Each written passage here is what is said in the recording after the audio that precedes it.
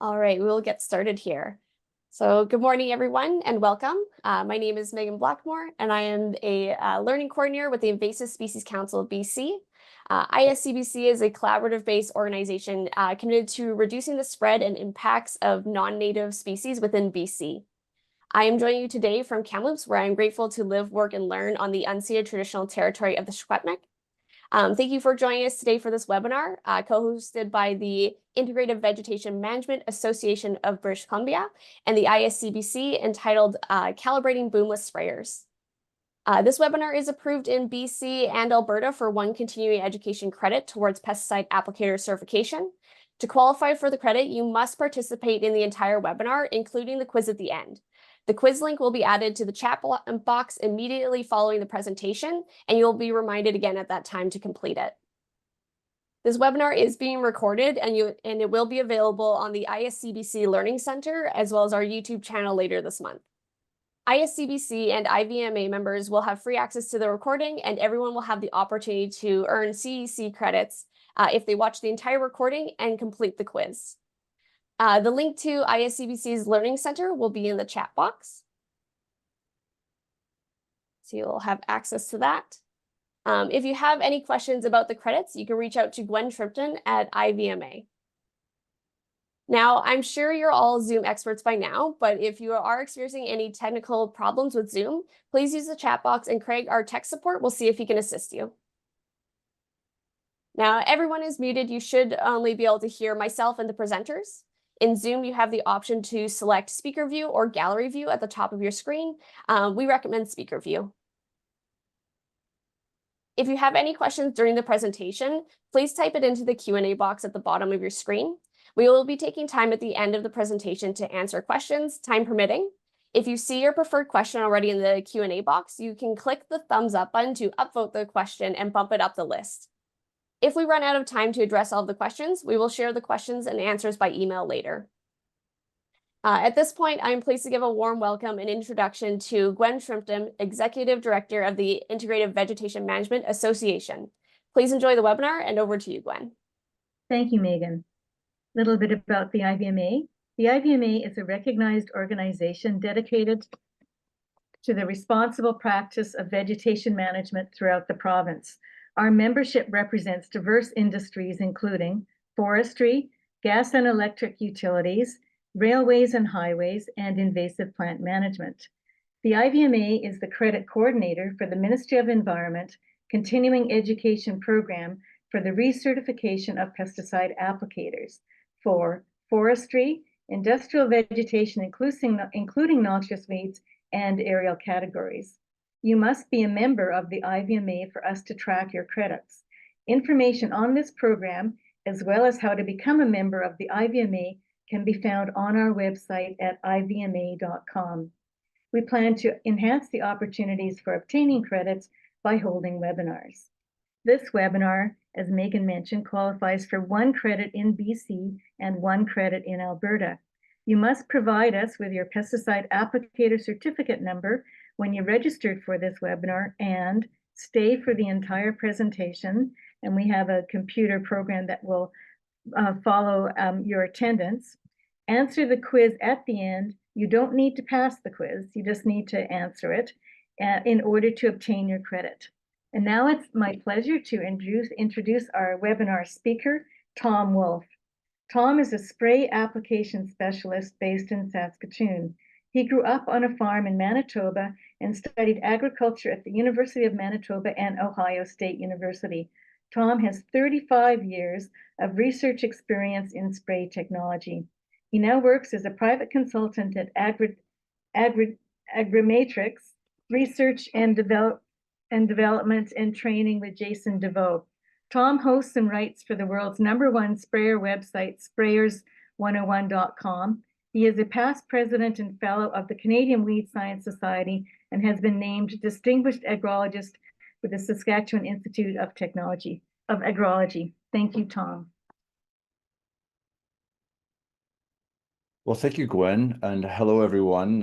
Thank you for joining us this morning for this webinar on calibrating boomless sprayers. We will spend about 40 or 45 minutes covering the the topic, and I'll start sharing my screen now, and hopefully everything will work exactly as intended.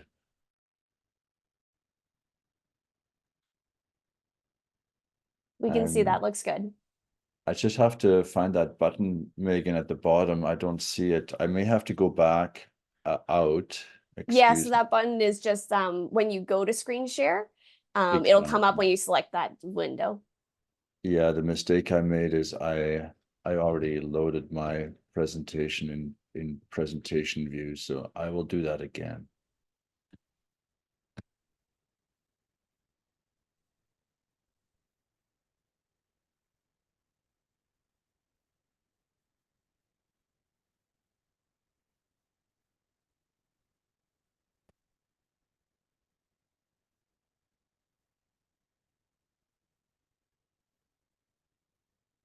All right. Megan, can you see this? We can, yeah. Excellent. All right, everyone. Thanks for joining us again. In the opening, we talked about sprayers101.com. That is a website that Jason DeVoe, who's with the Ontario Ministry of Agriculture, and I run. It is a website that is written for sprayer practitioners. Unfortunately, it doesn't have a lot of industrial vegetation management stuff on it. It's mostly agriculture, horticulture. But hopefully you'll find some use in the website.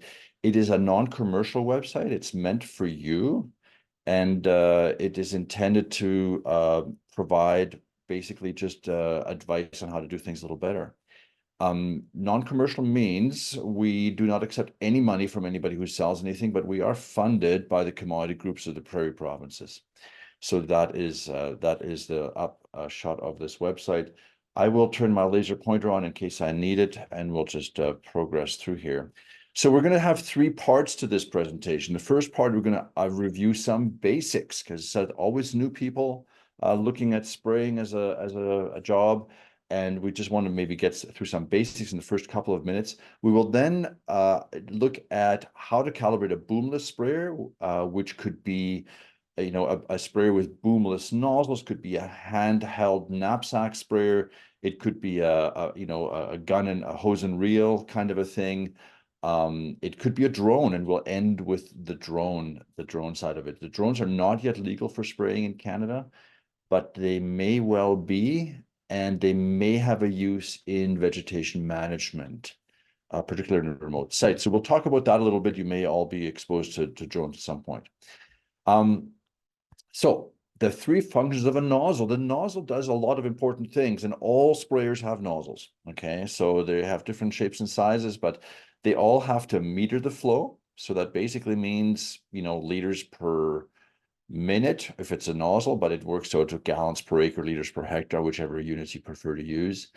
The second thing nozzles do is they atomize. So they have to convert a bulk liquid in the tank to a mist of some sort, droplets that allow it to distribute itself over the area that you need to cover and make contact. So there has to be a certain density of droplets that's achieved. And finally, they have to disperse that pattern so that we get uniformity. And that's important, so that we get the same control, along the whole range, the whole range that needs to be treated along the whole swath, which could be the boom, or in a boomless sprayer, the reach of the boomless nozzle. A very important part of spraying is also knowledge of the spray quality. This is the droplet size that the nozzle produces. It depends on the nozzle, it depends on the pressure the nozzles run at, it depends on the size of the nozzle. And also depends on what's in the spray tank. Some things make the spray a little finer. So that means, you might be spraying with a low drift spray, but you had a certain formulation. It makes it slightly more drift prone. You have to be aware of that. And you may have to counteract that effect with adjuvants that maybe put things back into a low drift version. There's an international standard, and it's called the ISCBC S570 2.3 standard. And it basically has given different droplet sizes, different names, and they're qualitative.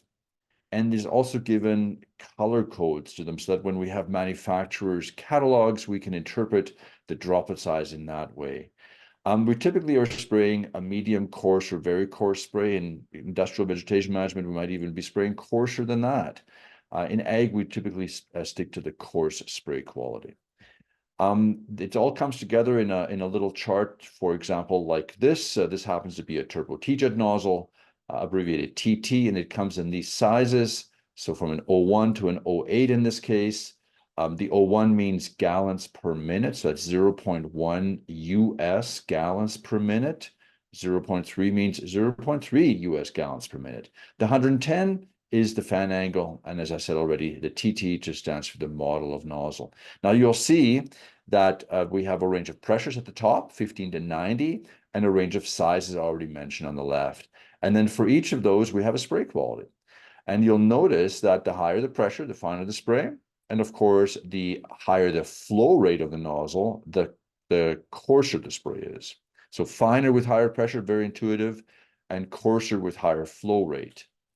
And so we typically will choose, a particular nozzle size, for example, and say we wanted to spray it at a coarse spray quality for coverage. We know that we can use this nozzle between about 25 and 40 psi to get that coarse spray quality. And that makes us perhaps compliant with the label or the best management practices of the organization. There are a number of different sizes or types of nozzles. This is an AIXR. This is another TJET nozzle. And what they do is they have the air induction there comes in a variety of sizes, and notice it's coarser. So if we wanted to spray a coarse spray quality with this one, we would be going to 50 to 90 psi to get that same coarseness.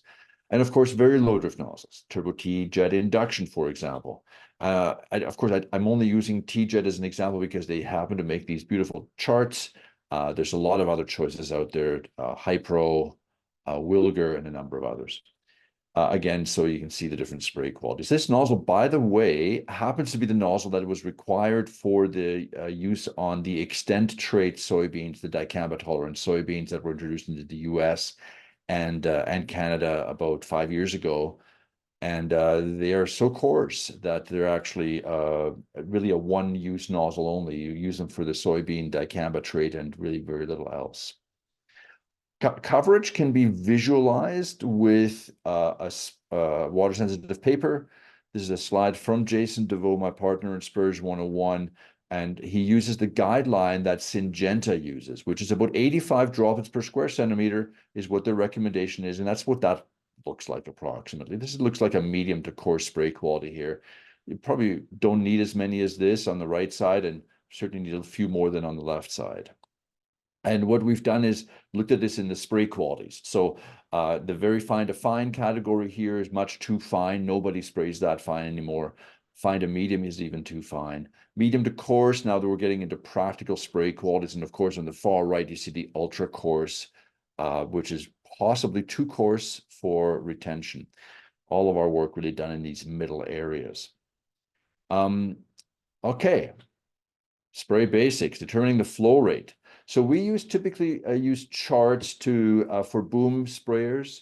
The charts use internal formulas, and we'll just quickly go over how the charts work. I prefer using the charts myself. I think they're a very useful way to calculate requirements. Let's assume that we have a boom. I know we're talking about Boomless, but we're just going to go to the boom first and recap that. We have nozzles on a boom. Typically, they're a 20-inch spacing. Let's assume that we want to do 16 gallons per acre and we want to drive 8 miles per hour. What is the correct nozzle to be used here? So all of the nozzle manufacturers produce charts, including Spurs 101. This is a chart from Spurs 101, and it's available online. What it does is it basically gives you the nozzle size on the left side, the spray pressure in the column, the flow rate, and on top you have US gallons per acre, and the body of this is miles per hour. So this is how this works. We've said we want to go to, we want to go to 16 gallons per acre. So we'll just simply go over to that column and we'll run a ruler or an index finger down that column. We're now looking for the number 8, which is the speed we want to travel at. So that's about 8 right here. That's the blue nozzle at 80 psi. We also reach another 8 approximately for the red nozzle at 50 psi. And of course, again, for the brown nozzle, the 05 size nozzle at 30 psi. The question is, which one of these is the right one to use? And it depends on the nozzle. It depends on whether that nozzle needs to be used at a high or low pressure. For most nozzles, 80 psi is a little too high. The 50 psi for the 04 nozzle looks about right.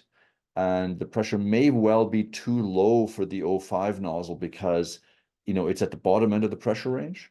And if you were to need to lower the pressure for any reason, you might be below the pressure at which that nozzle works well.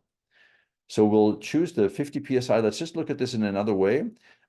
The column within the nozzle that we've selected is a range of travel speeds, and it represents the travel speed range. So if you have a rate controller or not, you will need to change the pressure when you speed up or slow down. If you speed up, it's a higher pressure, slow down, it's a lower pressure. We all know this, but this here gives you the possible travel speed range for that selection. So you want to do 16 gallons per acre, 8 miles an hour, 04 nozzle. You can go as slow as 6 miles an hour, as fast as 11 within a 30 to 90 psi pressure range, which is typical for an average air induction nozzle. Okay, the traditional way of determining the tip size is to use this formula, and we're going to look at formulas, but don't panic.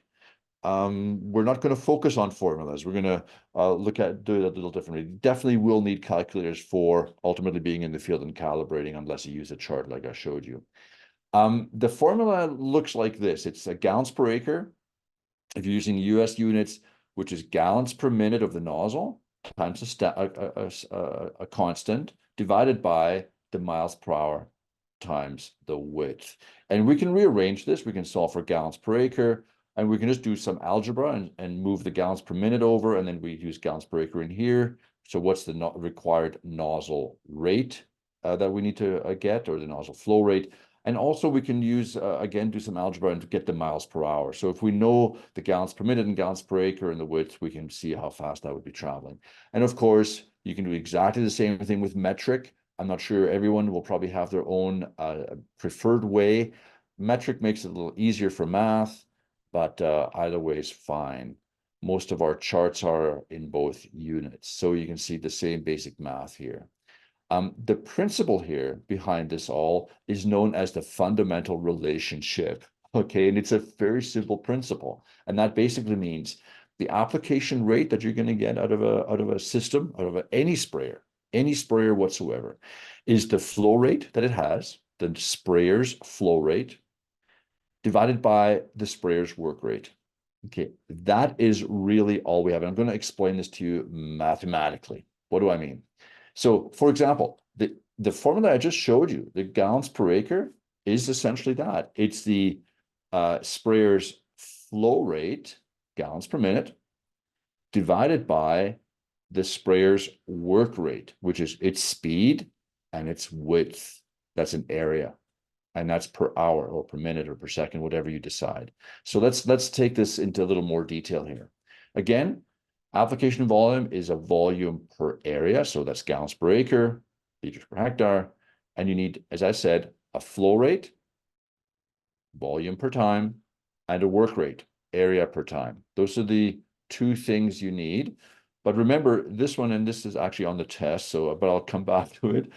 You need the flow rate of the nozzle, and you really, for the work rate, you really just need two things. So you need swath width, which is the width of the unit, times the travel speed. So those are the three things: the sprayer or nozzle flow rate, the swath width, and the travel speed. Remember, pressure is not part of this because the pressure is part of the flow rate. So it's going to be at a certain pressure. So let's look at this. If we have the application rate is the volume per time here, that's here, and the area per time here, that's over here, we can actually call this liters per minute, volume per time, hectares per minute, area per time, and basically cross out the time because that's a constant. And we come with application rate, liters per hectare. Volume per time divided by area per time All that is flow rate divided by work rate. Same for all sprayers. For a boom sprayer, let's do some example numbers. So we need the volume per time for a single nozzle, usually. And the area per time is the width per nozzle. That's your nozzle spacing and the travel speed. So let's look at an example. Let's say we have a nozzle that flows at 1.25 liters per minute per nozzle at whatever pressure you have, doesn't matter, as long as you record that. Let's say you have a 0.5 meter spacing, 20-inch spacing, traditional on a boom, and you're driving at 10 kilometers per hour. You would just have to unify the units. So 1.25 liters per minute times 60 minutes per hour, right, is 75 liters per hour. That's all that is. So now we have liters per hour. If we're doing 10 kilometers per hour at a 0.5 meter spacing, we're covering 0.5 meter per nozzle times 10,000 meters per hour. That's 10 kilometers per hour. So we're doing 5,000 square meters per hour, and that's 0.5 hectare, because we know there's 10,000 square meters per hectare. So that now becomes 75 liters per hour divided by 0.5 hectare per hour, which is 150 liters per hectare. So that's kind of just all you're doing, right? Let's do this for a boomless sprayer. This is now where we're getting into the meat of it.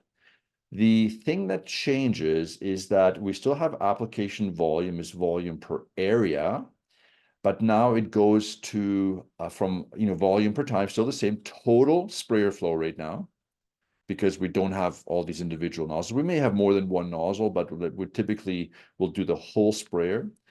And the area per time now is the swath width. That's the width that the sprayer covers, because we don't have nozzle spacing. We don't have a boom. We have to actually measure how wide that swath is and go times that travel speed. Okay, so let's do an example. Let's say that we have a boomless sprayer. Let's say we have two nozzles, one on the right, one on the left. They each flow about 8 liters per minute per nozzle at whatever pressure they're set at. You have two, you've measured the swath width, it's 8 meters wide, and you're also going 10 kilometers per hour. You're unifying the units again. So first of all, here we're going to 2 nozzles times 8 liters per minute is 60 times 60 minutes per hour is 960 liters per hour. I just wanted to put that into hours for the speed.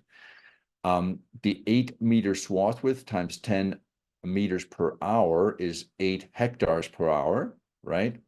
And so we have the flow rate, 960 liters per hour divided by 8 hectares per hour is 120 liters per hectare. So that's kind of the fundamental math. And you can do this in metric or imperial, it does not matter. Now we're going to go into a short video. And what I want you to do is pay attention to what the man is saying. And then we're going to review what he's saying and maybe look at what he's not saying. Okay, let's go there. Okay, this is a video from the World Wide Web. Pretty good. With great music.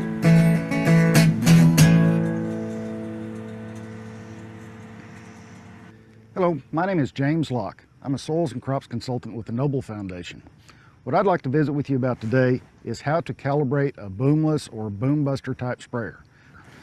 These type sprayers are very common in range and pasture land because they don't have wide booms that stick out and you're able to maneuver around trees and brush and hills. There are a lot of different ways to calibrate a sprayer like this. We have a method on our website, a calculator where you can plug in your output data and it will calibrate it for you. The method we're going to be demonstrating today is called the 1/8 of an acre method, where we calculate how much spray we're putting out over what would be the equivalent of 1/8 of an acre. We measure that in pints. The number of pints ends up equaling our gallons per acre. We have to know our gallons per acre because that's the only way that you can know how much material to put in a tank to achieve the desired output rate. The supplies that we'll need in order to calibrate a boomless or brush buster sprayer: we need a measuring tape, at least 200 to 300 feet, 2 catch buckets in order to catch the output from the nozzles, something that will measure in pints in order to measure the output from the spray nozzles, calculator, stopwatch, something to record the information on, and then flags to be able to mark the ends of our timing runs and the width of our spray pattern. All right, everyone. So this man is proposing we use the 1/8 of an acre method. you don't have to, you can pretty well forget about that. You still have to do math. He was trying to minimize the amount of math you do, you know, and hands up if you like ounces, pints, quarts, and gallons. Personally, I don't. I mean, everybody's different, but I think it's mathematically a lot easier to do it in liters. And the reason we went into this first principles approach is that you don't have to do these shortcuts of having eighth of an acre and you know he'll get into it. And it's kind of cool, to be quite honest, but it's not necessary for you to do it that way. All right. The instructor mentioned tape measure, and I think that's essential. Catch bucket for calibrating a nozzle that may not flow into a smaller container. And you'll see how he does it in a moment. Measuring cup, absolutely essential. Some people use more than one measuring cup. I don't recommend that because measuring cups can be different. So for example, if you have a lot of people working on a boom sprayer, you know, you might give everybody a measuring cup, but I still recommend that you actually meter it in the same measuring cup, because that could be a source of error. Stopwatch and calculator, absolutely essential. Flags, yeah, that's useful especially for measuring distance traveled. Pencil and paper and so on. He's got the calculator. Yeah, he's got that. So what's missing? Well, I mean, I think the first thing is we got to make sure that sprayer is clean. We're going to be right around that sprayer and we're going to be touching it. And so let's do an extra decontamination. What we're going to do next. And let's go back into the video. Okay.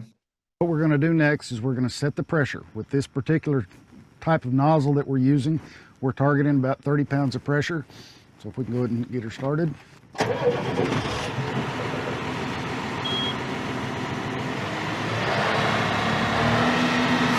Now we're getting the pump started. Our pressure is set about where we want it to be. And at this point, we turn the sprayer on.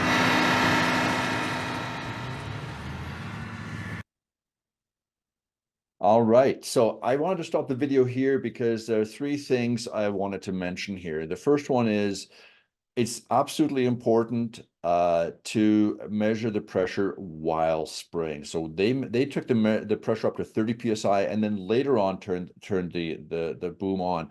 In a lot of sprayers, if you turn the boom on, the pressure will actually drop, and you'll have to then come back up with the pressure. Just the way they're plumbed. So measure the pressure while you're actually spraying.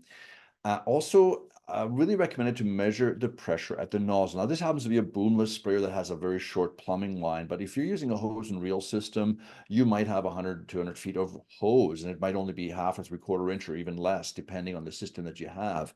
You will experience pressure drop, and that's what I mentioned on the longer plumbing and the third point down there, and that is that you need to have a pressure gauge right where the nozzle is, because that is where your flow is, and that's also where your droplet size is. So that's very important. This part of the operation, what we're doing is we're testing how wide a spray width that we've got. The way that we do that is we'll come over here, measure as far as the wetted area, which is about right here. Then I'll come to the other side of the spray pattern. That was me. I sped things up. And we're measuring how wide the entire pattern is. Now we'll turn the sprayer off. Take our tape measure and measure what the total spray width is. We can see what he's doing, right?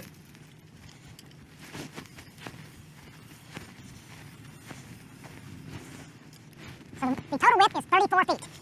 So what we've done is we've measured the entire spray width of what the sprayer will cover. And we now need to calculate the effective spray width, which is 80 to 85% of what the total coverage is. So our total spray width is 34 feet.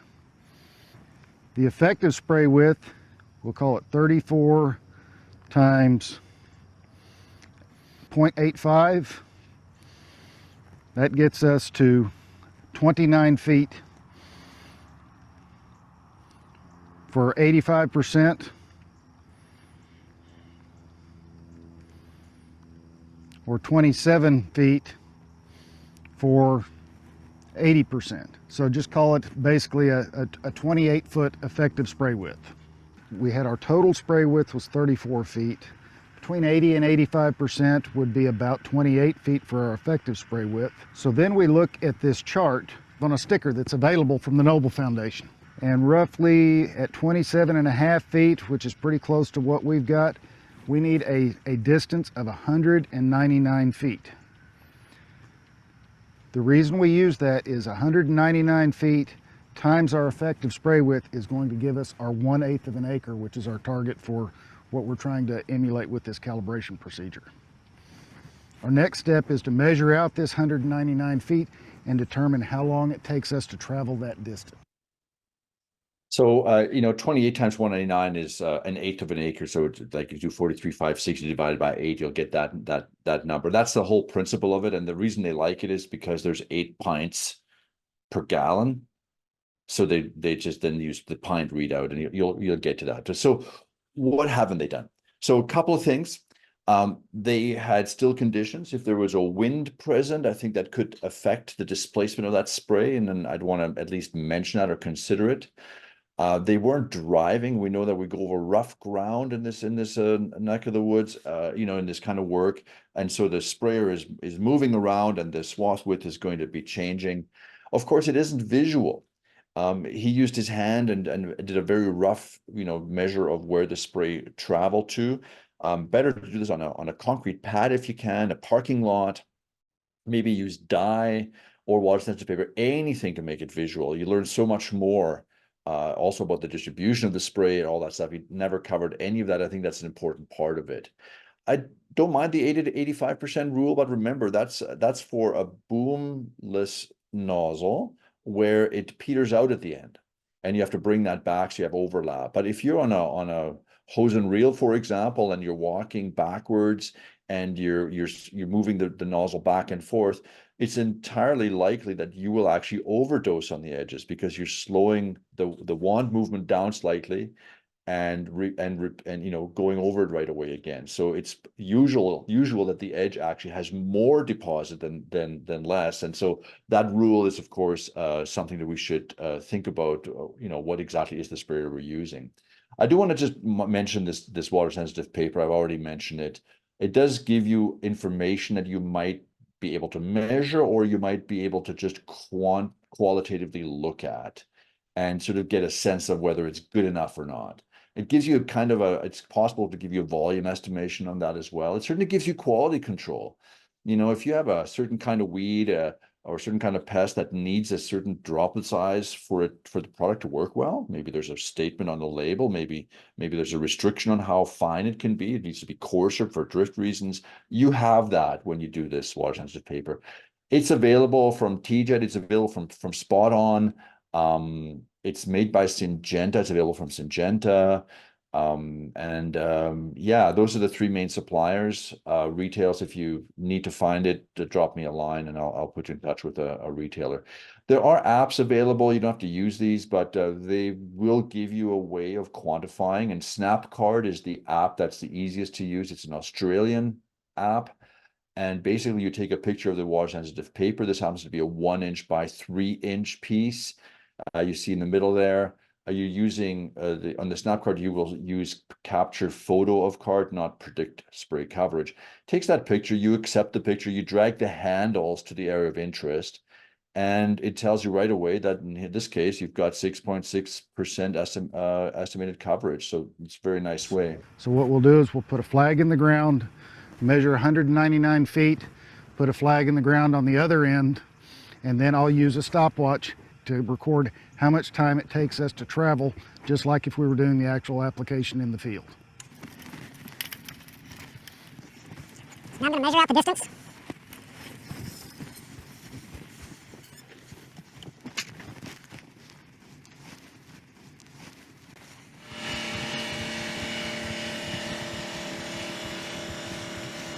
Lots of acres per hour.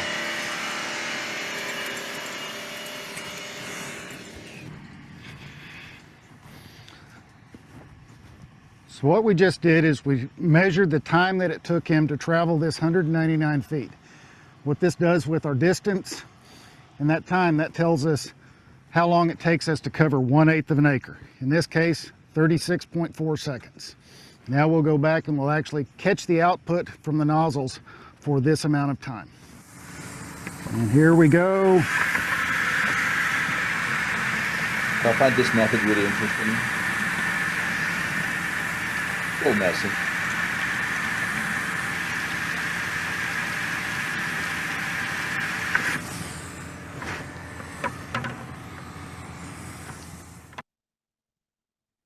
So the only thing I would say here that I think was interesting, most units now that are out there have CVT transmissions.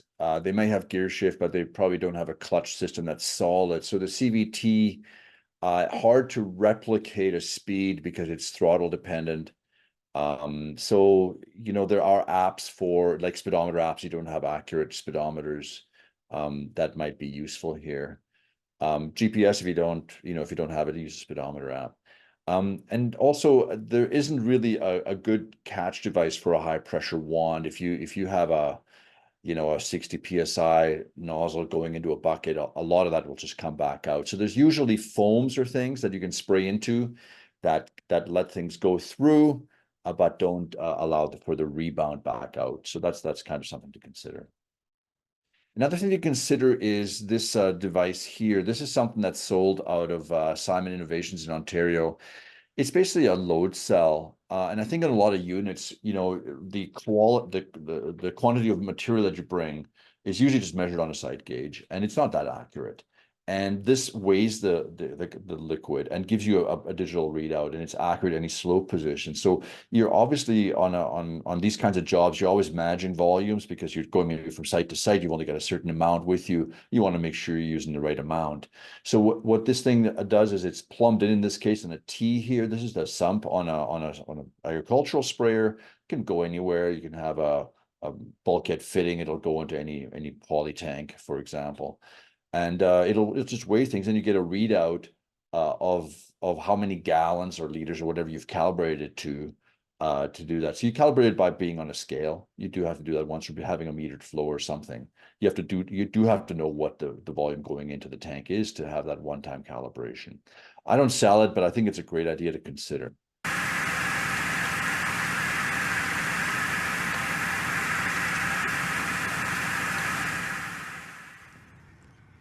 Now we've measured from the other side. We got 98, 100, 102. We got 104 ounces from the other side. So 104 ounces divided by 16 ounces per pint is 6.5 pints. All right, who knew how many ounces per pint? So we have 6.5 pints from the right side, plus 6.375 pints from the left side is 12.875 pints total. I don't believe that we're really that accurate, so I'm going to round this to 13 gallons per acre.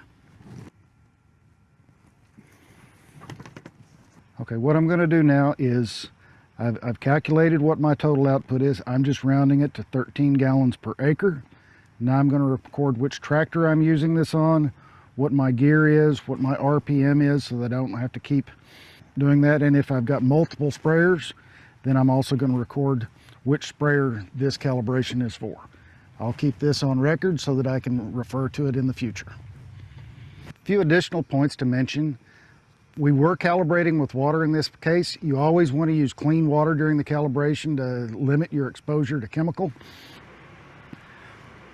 We also want to point out that if the calibration gallons per acre that we arrive at using this procedure is not correct, it's not reasonable for our application, make minor adjustments by changing the pressure, or you can make more significant adjustments either by changing the nozzle size or the speed of travel. That's where you make major adjustments. So there you go. I like the video. Because it's well presented, concise. Couple of things on fine tuning that he mentioned. He talked about speed pressure. Let's talk about uniformity. I do think that's missing. No idea whether there's a gap anywhere. Something that needs to be done with the nozzle, a swivel adjustment, anything like that, and so on. Fine tuning, yeah, adjust speed, pressure, or change nozzles. That last one is the big one, but you can adjust both speed or pressure for the fine tuning. Speed's a little coarser than pressure, partly because it's hard to settle on a speed, given rough terrain as well. But let's do some math here to do some fine tuning. The most important one, really, I would say that you can do is the pressure. And this is the pressure flow relationship right here. So it basically means that if you want to double the flow, you have to quadruple the pressure. It's your classic square root relationship. Okay, so let's take an example here. So if we wanted to know, for example, what pressure do we need to get a new flow? I'll run you through that. So let's say we have 17.3 gallons per acre on a system, but we've mixed the tank for 20, okay? And that's already mixed, so it's going to be 20 gallons per acre. What pressure should we be using to get that 20 gallons per acre? So pressure 2 is pressure 1. That's the one we calibrated at. That's the one that gave us this, okay? So you do have to record the pressure. Here's your new flow. Here's your old flow. Divide that into each other and square it. Comes out to 1.34.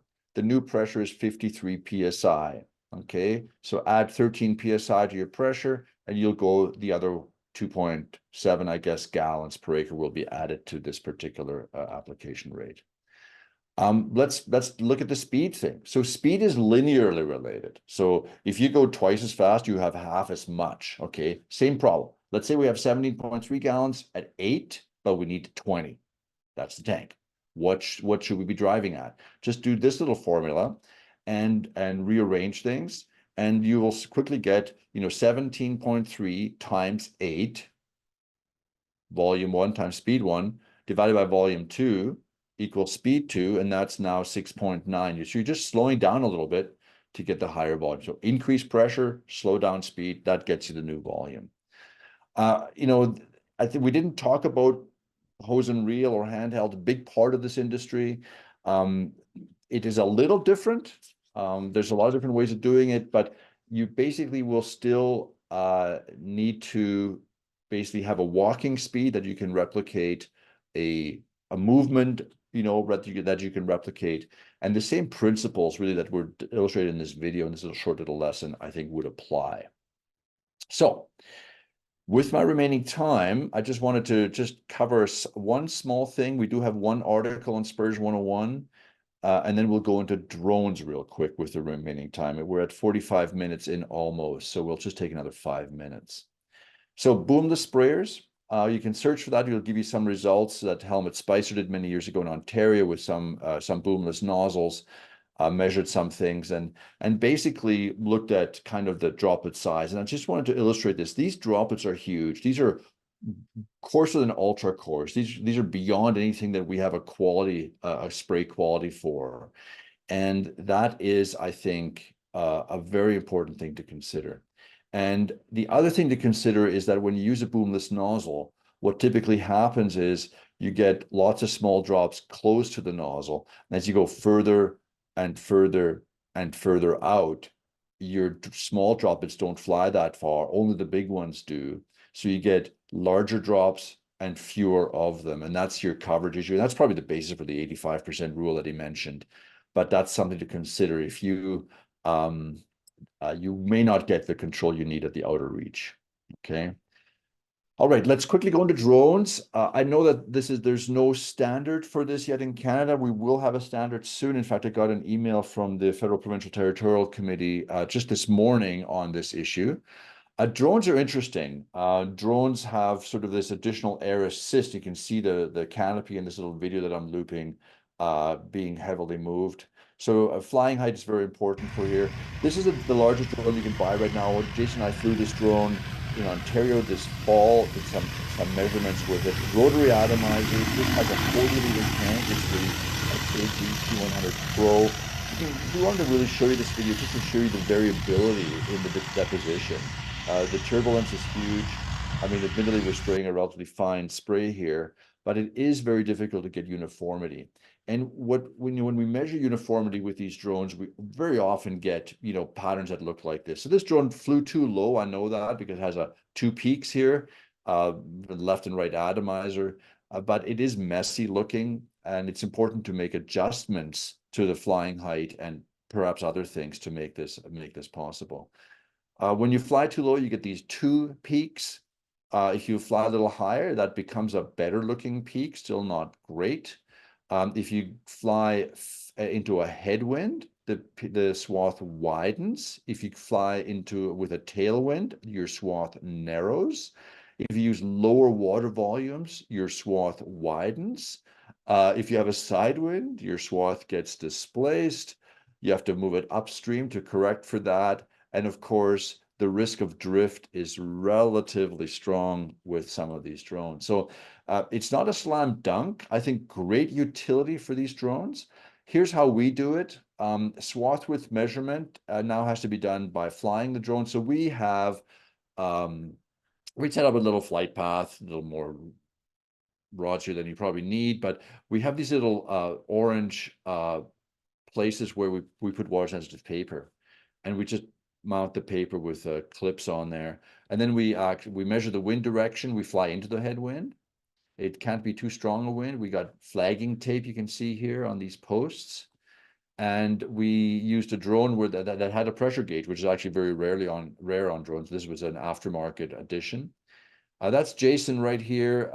That's Adrian Rivard. He's one of the top drone operators in the country, and he's flying a DJI T10, a 10-liter tank. So he's just flying over the swath at his, at the calibrated speed, and the droplets will make their way onto these targets. And then what we do is we will walk and have a look, and you can see the deposits are here. And we just walk along and do a visual on these. The collectors are spaced at 0.5 meter or 1 meter, whatever you decide to space them at. And then we put them into a spreadsheet and figure things out from there. You can also do other ways of measuring. There's continuous samplers, and they're a little more money to buy, but they're much more information. So that you spray with a dye and you get things like this. This is a pass. And you would just then simply have to overlap adjacent passes so that you get, basically you're meeting at this 50% point here. And you have to just try to figure out, okay, how do we get something resembling a good uniformity? So you do all these different swath widths. You might go too wide and you get these dips, right? So you got poor control because your swath width is too wide. You can maybe just compromise somehow and get something halfway in between. The drone software is pretty good. You get basically a Google Earth view from your drone, and you set your flight paths on that. And then you enter your flight speed that you want and your gallons that you want, and it does the rest of the work. The flight height that you want does the rest of the work for you. But you do have to enter the swath width. That is what you have to measure. It will not work without that parameter. And the only real way to do it is to actually physically measure it. All right, everyone, this is the end of the presentation. We got 10 minutes left, I think. I'll stop sharing and maybe turn it back over to you, Gwen and Megan.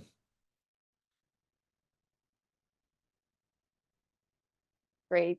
Thank you so much for that, Tom. That was a really great presentation and very detailed. So now we do have a little bit of time for questions. So if anyone in the participants have any questions, we do have the Q&A box. Please feel free to type any questions in there and we can answer them. There aren't any currently, but Tom, you should probably be able to see there's a Q&A box at the bottom, and it'll probably pop up with a notification if any drop into there. I'll open it up and have a look. Sure, yeah. Sometimes it takes a moment as everyone types in. Yeah, that's fine. I did think that video was good. As I said, the math is, I'm trying to make it less intimidating. I mean, everyone tries to make math less intimidating, but the way I always work is with principles. So, flow rate divided by work rate, Bob's your uncle. That's really how simple this is. And then sometimes the math, because people are trying to, give you mathematical shortcuts, you know, it gets confusing because there's a different formula that you've never seen before. Believe it or not, in 35 years of doing this, and I mean, I don't calibrate every day, but I certainly calibrate every year. I always go back to first principles. I always do, because I just don't trust anybody's formula. I want to make sure that it makes sense and it works that way. Yeah, there's always so many different ways to do all sorts of different math. And it's like, you just got to find what works for you and what's simplest. Mm-hmm. So thanks for your comment, Brooklyn, on the Spurs 101 resource. We would like to beef up the material on more industrial management, and we haven't done that. It's because Jason and I, neither of us have traditionally worked in this area. Jason is more in the area of vineyards, fruit, stone fruit, and so on, vegetables, going more to corn and beans a little bit now. He is the one that working heavily with drones, so he's got a lot of drone experience that we'd like to see. I do think that there is a possible utility for drones. I understand that Garlon may be one of the earlier registrations for drones. We don't know when and what restrictions they'll have on it, but very likely rights of way, you know, difficult to access areas makes a lot of sense for that. And of course, for invasive management, I think very, very important, because you're often in an area that is remote, and perhaps the drones do have a role to play there if you choose to use a chemical intervention. A lot of drone work is done in BC actually with reseeding areas, and that is I think a very good way to do this as well. I will also just mention to participants that the quiz is now open and the link is in the chat. So you will need to complete that to gain your CEC. So you can follow that link, and there's just a few questions in there. Great, and thank you, Lisa. Great to see you here in the chat. You do have a classroom there. Thank you for saying that. Yeah, I'm glad you're there. It does look like we have one question in the Q&A now. Do you want me to read it out, or can you see it there? I'll read it out to the rest of the group. The question is from Art. How do you avoid the pressure spiking when you put a pressure gauge at the end of a hose? I mean, the pressure gauge won't break. I mean, if it's a serious spike, I suppose that is possible. But you basically, I'm not quite sure what you're meaning. I mean, when you turn the wand on and off, and you have the pump going at a full tilt, it's possible to avoid that by putting a backflow, a recirculation aspect in there, and just operating at a lower pressure altogether and allowing more to bypass. That's probably the best advice I can give you. I see when you turn the nozzle on and off. Yeah. No other way of doing it is a sort of just basically a pressure relief valve could be installed, where it basically says, look, if the pressure in the hose is over, say, 80 psi, whatever you know your spike limit is, you can put a pressure relief valve in that activates at that pressure. It's spring loaded, usually relatively easy to get, and it'll just simply say, look, when I'm at that pressure, everything goes back to the tank. Easy to install. It's a T in the line at the pump, basically close to the tank.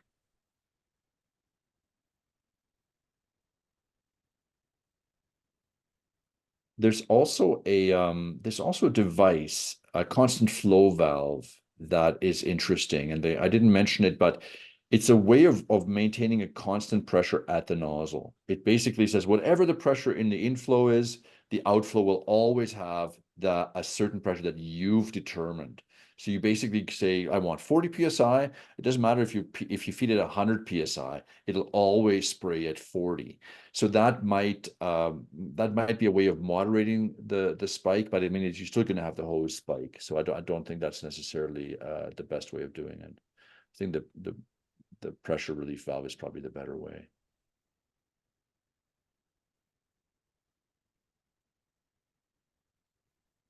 Okay, well, it doesn't seem that there's any more questions. If any more come in after this, we can always send them out to you and get an answer back when we send our follow-up email. So thank you so much for joining us and sharing your expertise. It was a really great presentation. I'm very glad that you could join us.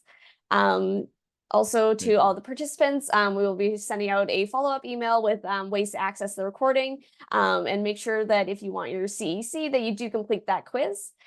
So thank you for joining us, and I hope you have a great rest of your day.